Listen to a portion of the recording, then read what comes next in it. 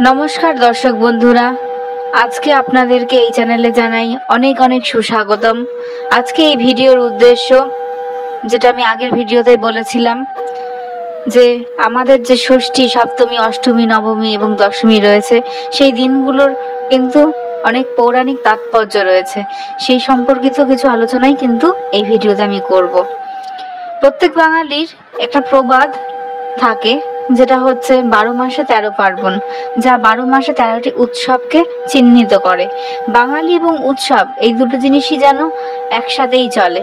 যাই হোক, বছরের এই সময়ে সবচেয়ে বড় আনন্দ হলো দুর্গাপুজো। মহালয়া থেকে গণনা শুরু হয় যে দেবীপক্ষের সূচনা হয়ে গেছে।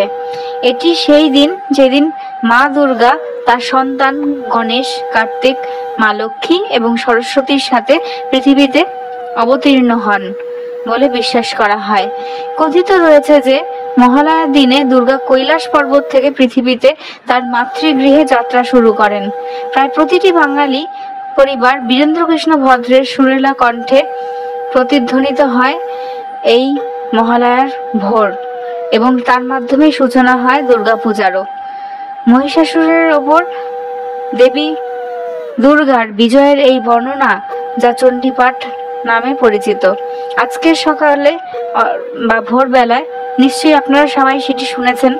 এবার দেখে নেওয়া যাক, এই যে দুর্গাপূজার সূচনা হচ্ছে এবং ষষ্ঠীতে যে বোধন হয়, সেখান থেকে যে দশমী অবধি এই 5 দিন, সেই 5 দিনের ঠিক তাৎপর্যগুলো কি কি। এই মহাষষ্ঠী যে হয়, এই ষষ্ঠীতে মা দুর্গার মুখ উন্মোচিত করা হয়, যা উদযাপনের প্রথম দিন। ষষ্ঠীতে বেশ কিছু আচার অনুষ্ঠান সম্পাদিত হয়, যেমন কাল প্রারম্ভ, বোধন, আমন্ত্রণ এবং অধিবাস। পুজোর শুরু কলারম্ভ নামে পরিচিত হয়। দুর্গা প্রতিমার মুখ উন্মোচনকে বোঝায়, যা সন্ধ্যায় সম্পাদিত হয়। আমন্ত্রণ বলতে দেবী দুর্গাকে আমন্ত্রণ জানানো, এবং অধিবাস হলো মণ্ডপে দেবী দুর্গার প্রতিস্থাপন এবং অবস্থান, তার পবিত্র আচার অনুষ্ঠান। এরপর শুরু হয় মহাসপ্তমীর আচার। ভোরের দিকে পবিত্র জলে, গঙ্গার জলে কলা গাছ স্নান করিয়েই সপ্তমীর সূচনা করা হয়, যা নবপত্রিকা স্নান নামে পরিচিত। তারপর গাছটিকে একটি শাড়ি পরিয়ে ফুল, ধূপ, চন্দন এইসব লাগিয়ে পুজো করা হয়। আমরা একে কলা বউ বলে থাকলেও এর অরিজিনাল নাম কিন্তু নবপত্রিকা। এটি ভগবান গণেশের পাশে রাখা হয়।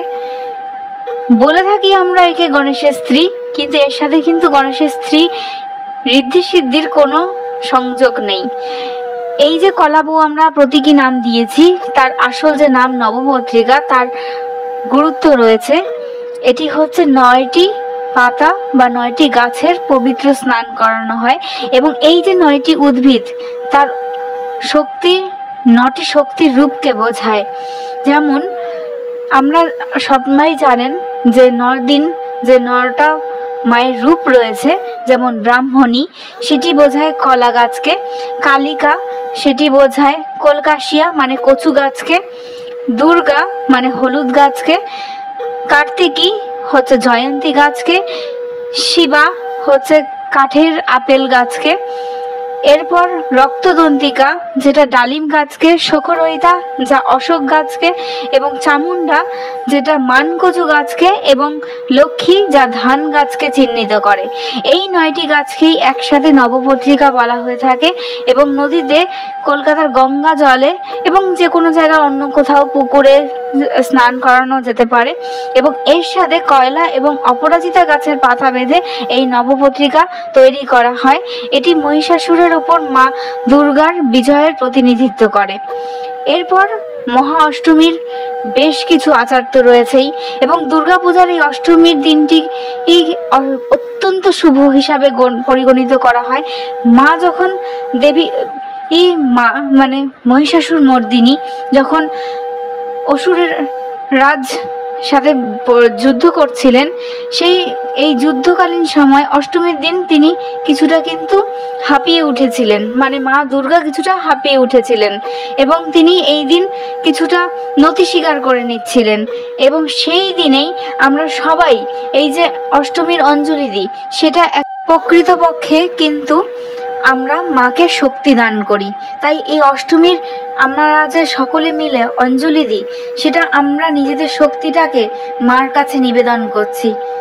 এবং বিশ্বাস রয়েছে যে মা দুর্গার কপাল থেকে এই দিনই দেবী কালী আবির্ভূতা হয়েছিলেন, দেবী কালীর যে চামুন্ডা রূপ সেইটি, এবং চণ্ডমুণ্ড এবং রক্তবীজকে হত্যা করেছিলেন। অসুর যারা মহিষাসুরের সাথে যুক্ত, তাদেরকে কুমারী পুজো বা কন্যা পূজারও কিন্তু এই অষ্টমীর দিনে একটি অত্যন্ত উল্লেখযোগ্য অংশ। এটি এমন একটি আচার যেখানে অল্প বয়সী মেয়েদের আমন্ত্রণ জানানো এবং তাদের দেবী দুর্গার অবতার হিসাবে পুজো করা হয়। যেমন বেলুড় মঠ এবং বিভিন্ন রামকৃষ্ণ মিশন এবং এখন বিভিন্ন বনেদি বাড়িতেও এই পূজার প্রচলন ঘটেছে। যদিও অষ্টমীর সবচেয়ে গুরুত্বপূর্ণ অংশ হলো অষ্টমীর শেষের সন্ধি পুজো। এটি অষ্টমী এবং নবমী তিথির সন্ধিক্ষণ। এই সময় একটি বিশেষ যজ্ঞ করা হয়। এই সন্ধিক্ষণকে গৌরবময় বলে মনে করা হয়, যখন দেবী মূর্তির মধ্যে প্রাণ বা জীবন ফিরে পেয়েছিলেন। রাবণের সাথে যুদ্ধ আগে যখন দেবী দুর্গা আশীর্বাদ চেয়েছিলেন, তখন আত্মা রামকে আশীর্বাদ করেছিলেন। সন্ধিক্ষণের সময় দেবীকে 108টি যে পদ্মফুল নিবেদন করা হয় এবং 108টি প্রদীপ জ্বালানো হয়, তার কারণ মনে করা হয় যে মায়ের দেহে 108টি ক্ষতের সৃষ্টি হয়েছিল এবং এই 108টি পদ্ম সেই ক্ষতর নিরাময় করার জন্যই আমরা তাকে প্রদান করি। মহানবমী, এটি হলো হিন্দু পুরাণ অনুযায়ী দেবী দুর্গা মহানবমীতেই কিন্তু মহিষাসুরকে হত্যা করেছিলেন এবং বিজয় প্রাপ্ত হয়েছিলেন। এই কারণেই দেবী দুর্গার মহিষাসুর মর্দিনী, মানে মহিষাসুরের বিজয় হিসাবে তারকে পরিচিতি লাভ করেছেন। এই নবমী নতুন শুরুর একটি শুভ অধ্যায়কে সূচিত করে। নবমীতে কিছু নির্দিষ্ট পরিবারের বার্ষিক কনজক পূজা করা হয়। এই দিনে পূজা করা অল্প বয়সী মেয়েদের জন্য পুরি এবং কালে চাললে এবং হালুয়া পরিবেশন করা হয়। বিজয়া দশমী, এটি দশেরা নামে অনেক জায়গায় পরিচিত। বিজয়া দশমী দুর্গাপূজার সমাপ্তিকে চিহ্নিত করে। ঐতিহ্যবাহী লাল সাদা শাড়ি পরে মহিলারা সিঁদুর দান এবং মাকে সিঁদুর দান করেন, মুখে মিষ্টি দেন মার এবং সিঁদুর খেলার মাধ্যমে এই দিনটি উদযাপন করেন। বিবাহিত মহিলাদের কাছে এই দিনটি অত্যন্ত গুরুত্বপূর্ণ। নারীরা দেবীর কপালে এবং পায়ে সিঁদুর লাগিয়ে নিজেরাও সিঁদুর খেলায় মেতে ওঠেন।